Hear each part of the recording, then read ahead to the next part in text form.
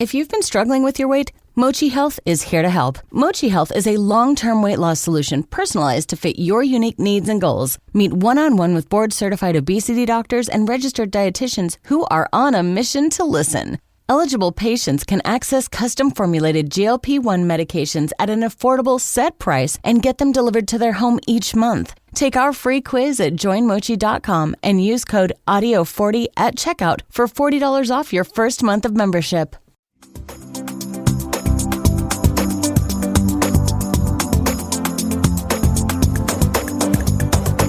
So hi, everyone. Welcome to another episode of Unpacking Possibility. I'm your host, Traci Stein, as always. So happy to be here with you. So tonight I'm going to do something a little bit different. I'm going to read you two news items that are, I think, relevant. And then I'm going to get into the kind of heart of what I wanted to talk about tonight. And that is something you may or may not have heard of, and it's called quantum jumping. You know, there's so many things that have the word quantum in front of them. I want to be thoughtful about that it can be overused. But the tool I'll talk about tonight and the person who coined the phrase, really it's all about tapping into something that represents your best self, whatever that is for you, and using it to do better and hopefully feel better and live better in the now. And really that's what this whole podcast is about. So I'll go over the two news items really quickly, just something, some things that I came across that I thought were interesting and relevant, and then we'll get to the heart of the show. So I was on, I still call it Twitter, but it is X, and I pretty much honestly just use that for kind of up to the minute news and commentary, and, some of it's good and some of it isn't.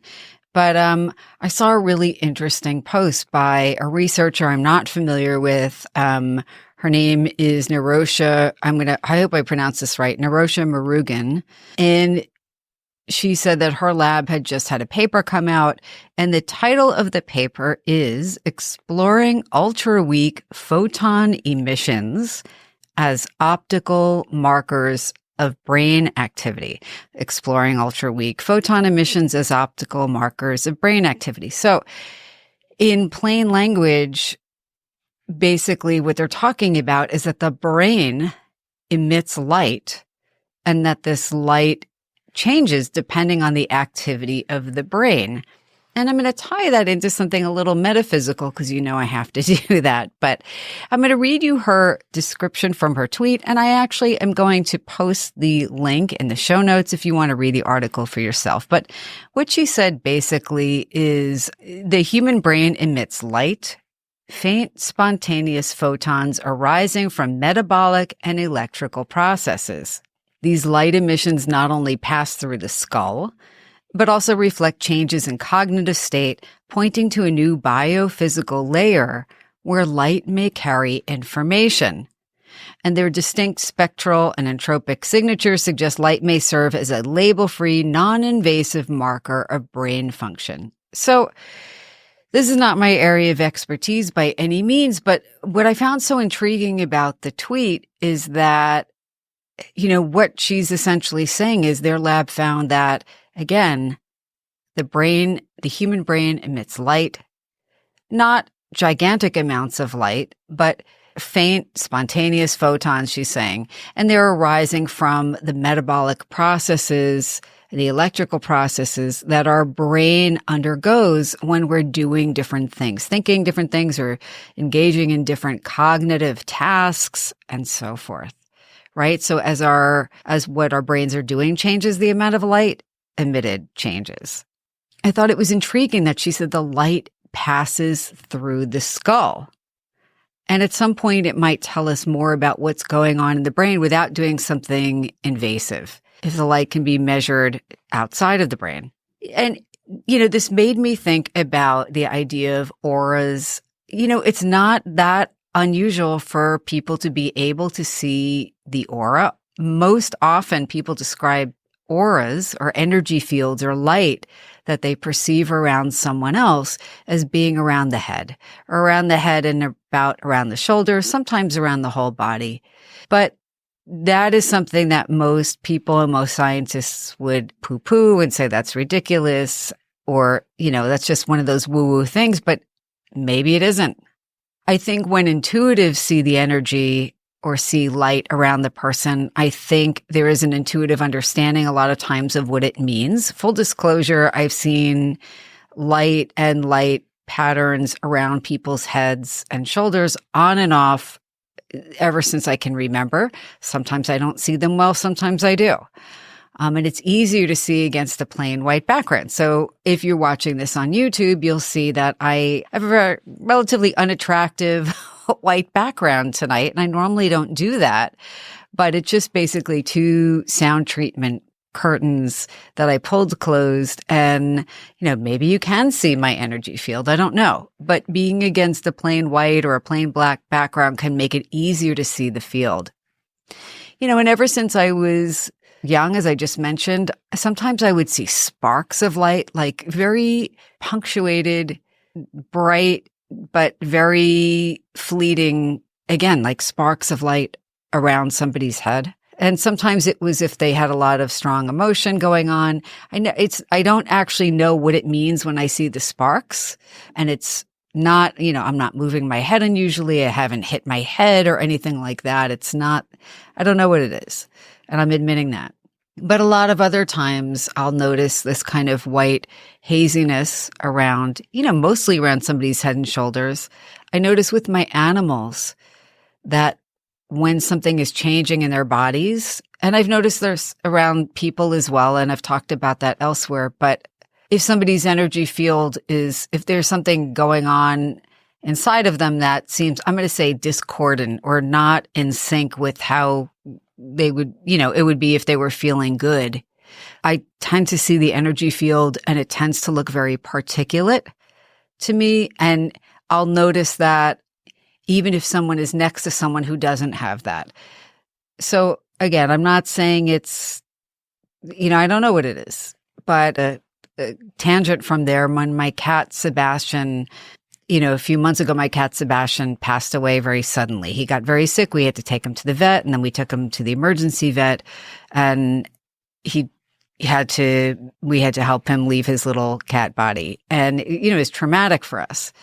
But for about a week or two before, I would notice that his energy field looked very particulate and very noticeable. And our other cats did not have that look. And I mentioned it to my husband, who of course didn't want to hear this. And I understand why. But I've noticed that even like when my grandmother was older and, before we knew she was ill, her energy field looked different to me. So anyway, all this is just to say, I think a lot of times people see some sort of energy around others, and maybe it's the light that's being emitted. I don't know. But I'm curious to hear what you think about that. It's just such an interesting phenomenon to me. And maybe as time goes on, we'll learn more. And maybe there's a perfectly, scientifically understandable reason why many people do see what we would describe as an aura. So anyway, that was one of the news articles. I thought it was worth sharing. The other one is completely different, but it's related to 2 different podcast episodes on this podcast, and actually an interview I did on our other podcast, which is, again, Curious Explorers, which I do with Kathy Kelly. But the article relates to psychedelics, and in psychedelics from mushrooms. So psilocybin is probably the most well-known of those. And somebody named Paul Stamets posted a link to a CBS News article. Now, Paul Stamets, for some of you, I know if you're more into medicinal mushrooms, I don't even mean psychotropic or psychedelic effects. I just mean some mushrooms, some of you may know, have been shown to have anti-tumor activity, antibiotic activity, and so forth. So there's a lot of value in a lot of different varieties of mushrooms. Again, not my area of expertise, but it's something you could look into if you're interested. Paul Stamets is really a pioneer in talking about various types of mushrooms and the health benefits they have and so forth.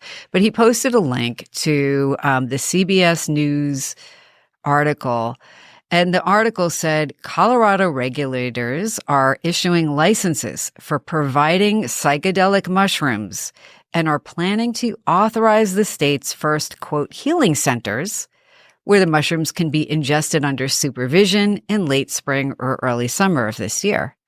Pretty interesting, right? So one of the interviews I did a while back was with Dr. Anthony P. Bossis, otherwise known as Tony Bossis. He's a friend and a colleague, and he's also a faculty member at NYU Bellevue.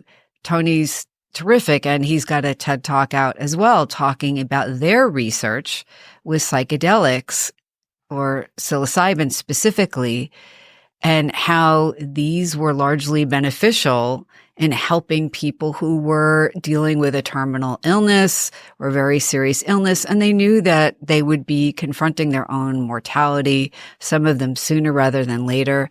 What they found, to summarize Tony and his colleagues' findings, is that one dose, supervised, there was plenty of prep and, counseling beforehand. And this was done in the hospital setting, but these patients each received one dose under controlled conditions and of psilocybin, the psychedelic compound from a mushroom. And what they noticed is that largely these people reported really beneficial effects. They largely lost their fear of dying, right? Think of how profound that is. They found they had greater forgiveness for themselves and others. They lost a lot of the distress related to having, again, a very serious or terminal illness. I don't think we can understate the importance of that type of finding, right? Mortality is one of those things that waits for all of us, but none of us is really well conditioned, really, at least not in American society, to deal with thinking about our own mortality. It's not something people like to talk about. It's very taboo. It's even tough for a lot of therapists to talk about it or broach the subject with ill patients. And I understand why. Again, we're not socialized to be adept at talking about a lot of difficult things. But back to the CBS News article about the psychedelic mushrooms being available in Colorado soon.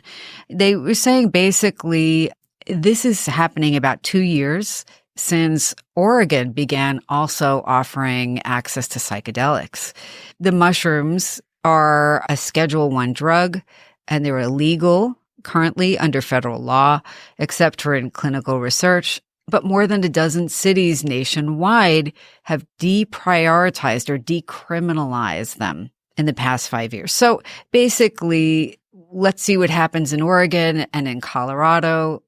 But this ties also into a very recent episode, which was my interview with Marty Stalker, who's an award-winning director, but he's also a veteran and, did 2 tours of duty and really was struggling with post-traumatic stress disorder and other mental health issues that responded somewhat to conventional treatments and psychotherapy, but not enough. And he was really in a rough place for years. He wound up finding out about the use of various natural medicines and psychedelics among them from other veterans and has been using them since. He's, some of this he's done to learn as a filmmaker what this is all about. So I don't think it's my role to tell other people what they should do with their physical health. I think you should consult with your healthcare team, whatever that is for you. But I think these news items are interesting and intriguing and potentially maybe useful. Maybe now, maybe down the road, maybe for you, maybe for someone you know. So I'll post the link to the CBS News article in the show notes as well. So now let's get to Burt Goldman and quantum jumping. I'm going to do my best to explain it simply, and I'm going to tell you a little bit about Burt's life. And the reason for this is because I think what Burt talked about and taught, whether you think it is exactly what Burt thought it is, or whether you think it's a purely psychological phenomenon, either way, I'm going to tell you right now up front, it doesn't matter. I don't think it matters. Because either way, you are enlisting a part of yourself that is even more competent, even more confident, even more skilled than you may feel in this moment or in general, right? And I think anything that can help us do that, that is low to no risk, I would say it's worth checking out. That's my opinion. So Burt Goldman was someone who had been interested in, different philosophies. He had studied with Paramhansa Yogananda, the subject of Autobiography of a Yogi. He had worked with and collaborated with Jose Silva. And if that name sounds familiar, Jose Silva founded Silva Mind Control. But the idea of, Silva Mind Control, and again, I'm going to put it in my own kind of phrasing, but it is to live a better life, to expand and tap into potential that we normally don't think is accessible to us through various visualization, meditative, and philosophical approaches. So Burt Goldman, I think his story is so interesting because I've watched a ton of Burt Goldman videos. I have taken the Mind Valley, Burt Goldman, quantum jumping workshop, and there are certain, meditations I go back to more frequently than others. I have read a little bit about his life story, but he sounds like a person, or my impression of him has been of someone who is innately curious, open-minded, and optimistic. And I know that we're not all wired that way, either because of life circumstances or just who we are. We're not all equally optimistic, curious, and open-minded. But all of us can become more of all of those things. And I think sometimes to use the power of the mind to change our lives for the better, we have to at least be willing to give that a try. And again, I'm not saying it's equally easy for everybody, but Burt Goldman is somebody who even in his 80s was constantly creating positive change for himself, constantly stretching himself, but doing so in a way that actually made it seem very easy and fun and would satisfy a curious person's desire to learn and to understand things that most of us don't even think about. So Burt talked about parallel lives, parallel universe selves. And that's where the quantum part comes in, because there's a theory that there are many versions of the universe, not just the one we're in. There are many versions of ourselves. And again, I know for some people it's going to be like, well, yeah. And other people will be like, well, that doesn't make any sense, But I know that, even in many popular movies, the idea of, someone meeting another version of themselves that is maybe looks pretty similar, but is different in some very important and significant ways. I don't think that's based on nothing. So Burt Goldman in his 80s developed this technique, again, largely a meditative technique with hypnotic, kind of a hypnotic induction, or a way to get you into a deeper, more receptive state where the movie in your mind becomes more vivid and the rest of the world kind of moves off to the side for a little bit, right? And many things in our lives are hypnotic. Many creative pursuits, athletic pursuits, dance, and so forth. But we can train ourselves to be more deliberate in the way we induce that state. And he would refer to the alpha brainwave state, commonly associated with feeling more creative, with daydreaming. And what he wanted people to do is embrace that, step into that daydreamy realm where really all things are possible. And, before anybody says, well, that's not productive, I just want to say we're daydreaming all the time. And for a lot of us, when we're depressed or when we're anxious, or if we're just, when we're conditioned to look for the worst, we're daydreaming that stuff too. And we are training our bodies and minds to expect the worst. And by the way, our bodies will respond to those daydreams almost as if whatever we're daydreaming is really happening to us. That's why you notice, your body tends to feel better when you're daydreaming of, I don't know, somebody you just went out on a date with and you really enjoyed and where this could go, right? Or the vacation you're going to go on. That induces a very different state than, oh my God, I have this presentation at work and I'm going to completely bomb. Right? So Burt with quantum jumping is teaching techniques to get you into that daydreamy receptive state. But what he believed is that in that state is where you could access another version of yourself that could help you to cultivate a talent or lose a fear or even heal something in your current self, in your current lifetime, in your present. So, he said there were an infinite number of universes. He's not the only person to say that, by the way. Stephen Hawking and Einstein had considered that was possible. But Burt said basically there's an infinite number of universes encompassing all possibilities, all points in time, and all possible selves. And he said whatever can be imagined is. And what he meant by that is that, in theory, you could be, in one of your other lives, the conductor of an orchestra.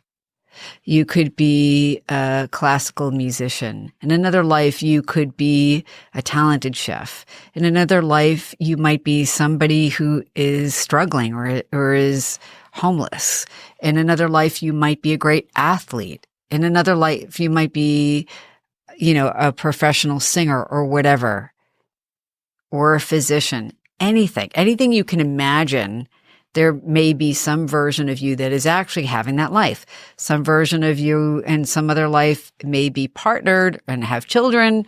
Some version of you in another life maybe does not have children. Maybe some version has 10 children and some version has one child. I don't know. But what he said is basically there's infinite possibilities. Now, why is that useful for quantum jumping? I'll tell you. Because Burt used this technique and taught other people to use it as well to create in this current life the skills, to access the skills or hone the skills or the emotional state or even in, financial abundance. And I know please know I'm not trying to say it's just so easy. You just go do this. Everything's fine. I'm not trying to minimize what anybody's dealing with right now, but I just want to offer a tool that I find intriguing. And I'm going to tell you examples from Burt's life just to kind of illustrate what he meant. So Burt believed that we had twin selves. He called them doppelgangers that were just like him, but maybe looked largely like him, maybe even had the same parents, maybe not, but they made different choices. They had developed different talents. They moved through life differently and their lives turned out differently. And so as an example, Burt said that at one night he was at a dinner party in New Jersey. I don't know if the New Jersey party is even that relevant to most of the rest of the story, but that's where he was. And somehow after dinner, everyone wound up singing, right? I wasn't there, but maybe I could imagine, if there's a piano or whatever, people would get up and sing. And he could not sing. He had never sung. He wasn't a shower singer. He wasn't somebody who's like, oh, I always wanted to sing. And if I were only brave, I could do it. He was somebody who did not sing. And he figured it was a good time to try an experiment. He wasn't even super invested in becoming a singer at that time. But what Burt did, and by the way, he did this on the spot, just quietly in his own mind doing this. And this is something that you will, with practice, be able to do as well, believe it or not. But he got into his meditative state, and I'll tell you after the break exactly the procedure he used. But he wound up getting into a meditative state and visualized Al Jolson singing. And while Al was singing, and in Burt Goldman's mind, Burt walked into his body, right? He mentally walked into Al Jolson's body. And while Al was singing, Burt sang with him, right? So this is now a very vivid kind of daydream, but it has an impact. And when the time came to sing, for Burt to sing, he blew everyone away. And what's even more interesting is that he became such a good singer that he was offered paying gigs, right? He was offered jobs to sing professionally. Now, you can actually go online and Google Burt Goldman singing. And I've seen one of the recordings of him singing at some event, and he had a beautiful voice. And listen, I know some people are probably like, well, he probably always had a beautiful voice and, he just felt confident or inspired enough to sing. Let me just say that alone would be pretty wonderful and, enough to make me use this technique. But there's more. Burt is in his 80s and he's using quantum jumping to find the version of him that can do various things. So everything from becoming a writer. He wound up writing, I think, 11 books, and they sold. Not that easy a feat to accomplish. He wanted to become a photographer, but he actually wasn't any good. And he decided to go into the space and quantum jump into the lifetime where he was a skilled photographer, a successful professional photographer. And he asked that photographer version of himself for advice. And the advice many times didn't make sense, but he trusted enough to follow it.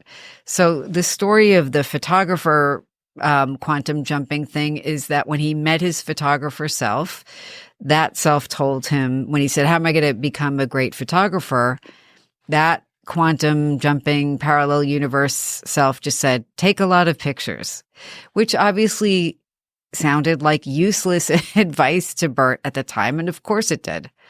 But he decided to trust this and he said, okay, fine. And then he went out one day, took a bunch of pictures. And you know what? They were terrible. But there's more. So Burt went back and he did another kind of, again, meditative session, getting into this space where he could, in his mind, jump into this other reality and ask the photographer, like, hey, I need more advice. And the photographer, Burt, just said, plant yourself. And if you go online, you can hear Burt telling the story better than I am. But again, plant yourself didn't make any sense. And I'm sure Burt was a little bit frustrated at this point. But he forgot about it for the time being. And then the next day, he decided to go to a marina in San Diego and take a bunch of photographs. I believe this was at a time when he used a camera and used old school film. So he went out onto the rocks, out into the water so that he could take better photos of, I guess, the boats and things in the marina. And, the rocks were wet and slippery. And he realized, he heard, I think, in his mind, plant yourself, which was the advice of the photographer in that alternate kind of universe. So he planted his feet so he wouldn't slip, and he made a kind of tripod out of his body and his legs. And he said he took a bunch of pictures, like similar but not the same shots of this site, kind of panning his body to the extent he could, photographing up a little, down a little bit, to the right a little bit, to the left, diagonally, and so forth. You get the idea. And he took about 130 photos. And then when he developed the photos, he laid them all out and they made a larger picture altogether.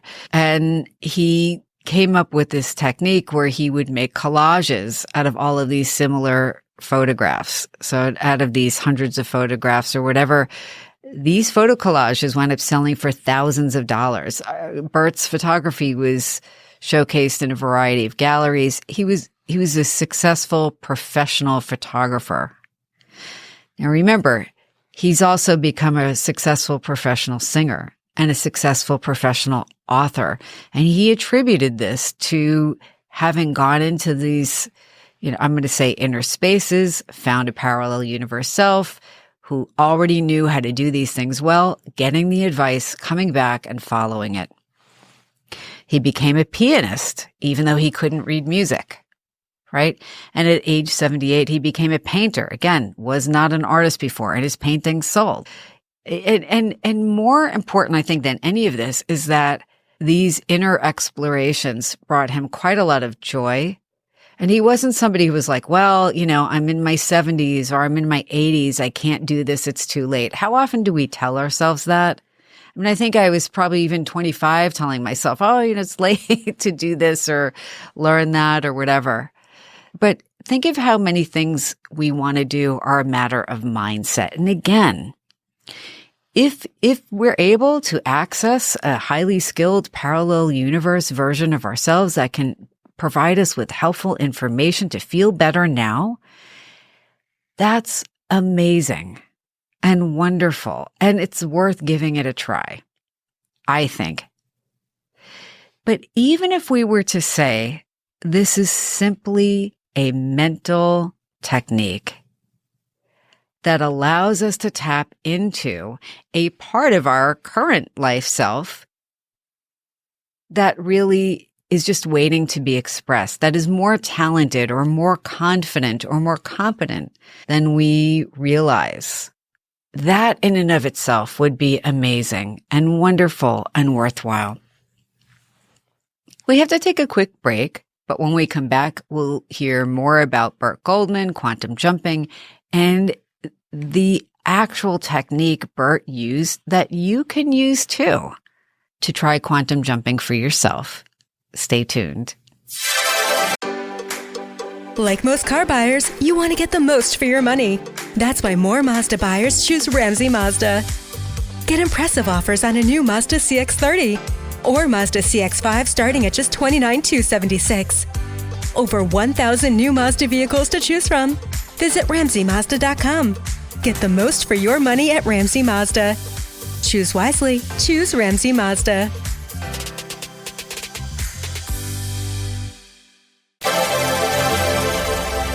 All right, welcome back. So as I was saying, there's a lot about what Burt Goldman was talking about that helped him tremendously. And he really wanted other people to benefit from this as well. So, again, as I was saying, I don't personally think it matters whether this is some mystical experience Burt was having or that you or I will have, or if it's allowing ourselves to get out of our own way and tap into talents and skills and confidence and optimism and curiosity that we might normally kind of shut the door on because, we're human. So just a little bit more. Again, Burt was talking about getting in an alpha brainwave state. And as I mentioned earlier tonight, there are simple techniques to help us get into a more receptive, creative, imaginative, daydreamy state that is conducive to meditations like quantum jumping, but just in general. So again, the procedure is simple for quantum jumping. This is, Burt's got free stuff all over YouTube and so forth, and you can buy his book. I'm not sharing anything that isn't readily available. What I would say is if you're driving while listening to this podcast, please hit pause. Do this when you have time to really relax and kind of settle in and take in the procedure for getting into this more deeply meditative state. It's not super deep, but because Burt uses some hypnotic techniques, certainly it's better if you just kind of relax. I'm going to describe this. I'm not really going to lead you through this so much as outline it, but it's certainly something that you can follow on your own. And you might even want to kind of slow it down or look at the transcript of this episode. Read the instructions in your own voice with pacing that feels right to you and give it a try.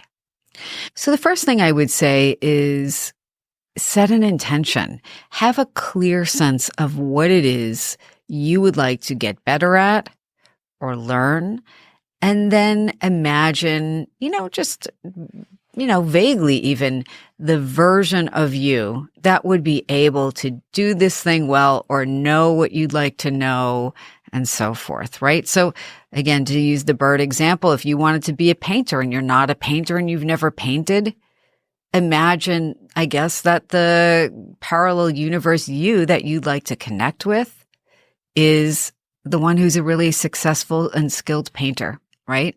So you can trust the process. And the other thing I want to say is if you don't feel like you see or notice anything in the beginning, don't worry. This is really a process of allowing rather than forcing, as with all meditations, I think. But basically set the intention. Think of the gifts and talents and wisdom and experience that you would like to acquire more of.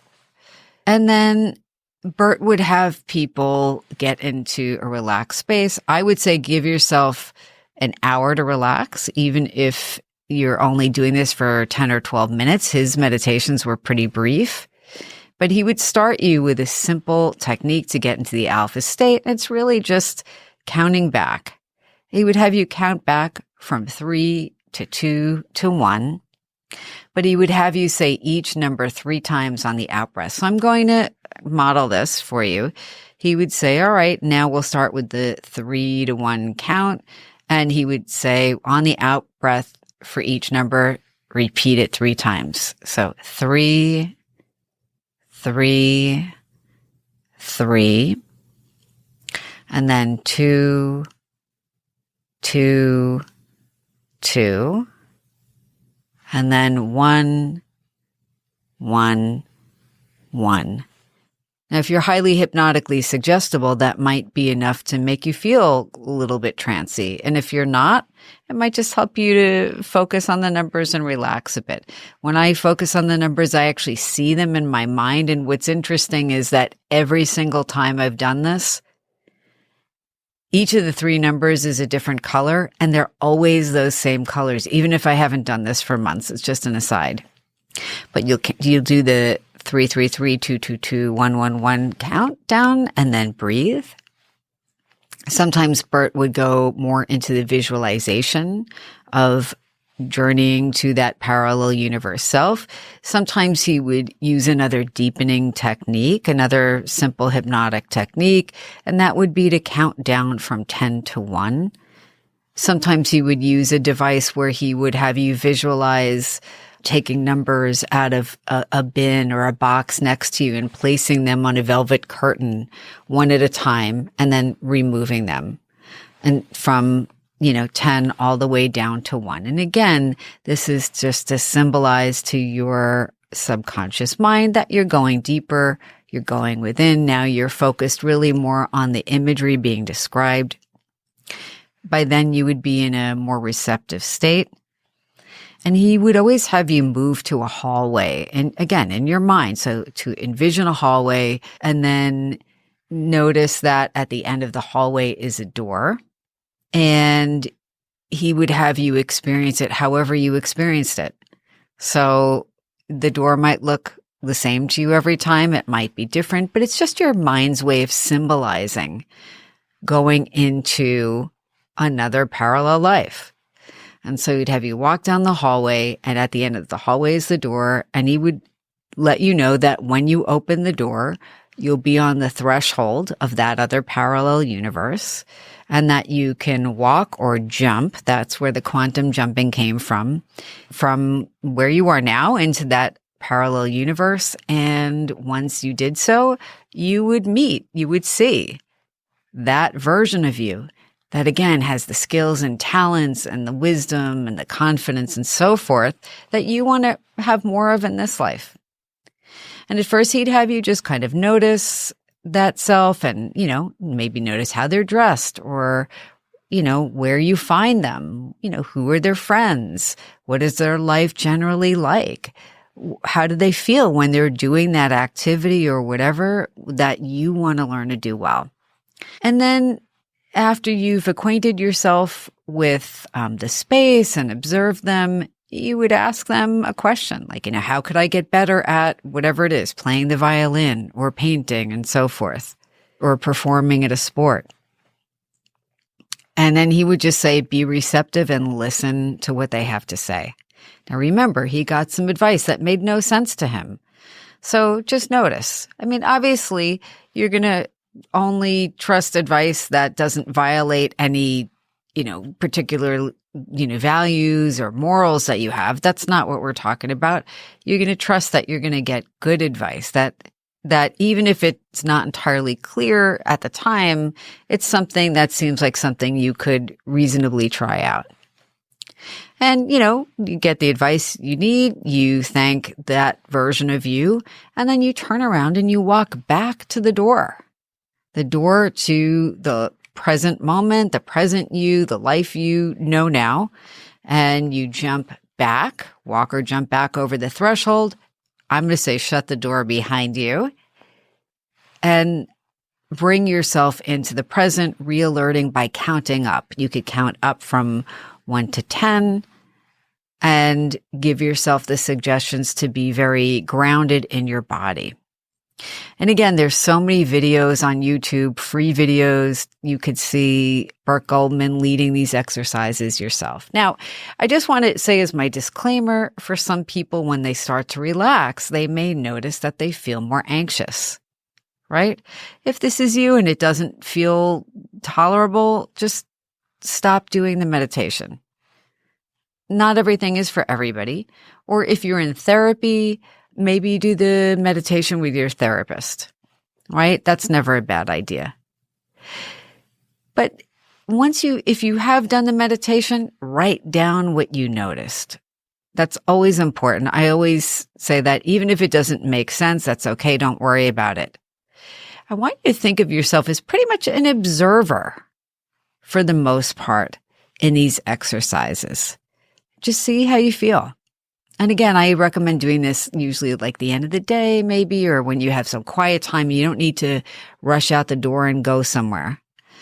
But what you might find is that the more you do this exercise, the more vivid it will become, like most meditations, I think, most imagery. Burt would also say, you can step into the self that that you meet once you get to know them and feel comfortable and it's familiar. If that person is singing and you want to sing as well as they do, you could do what Burt did with Al Jolson. But it's really up to you. But again, it's just another mental technique that if it feels wonderful and helpful and powerful for you, terrific. If it is not a fit for you or it doesn't feel like a fit, just don't do it. There are so many other ones that you could try out there. But I really do enjoy bringing you things that I find interesting and that I think could be helpful. So let me know what you think. If you like the episode, please do remember to like, share, follow, tell a friend, leave me a comment. Let me know what you think. I hope this has been helpful. And as always, I wish you all the very best. And until next time, be well.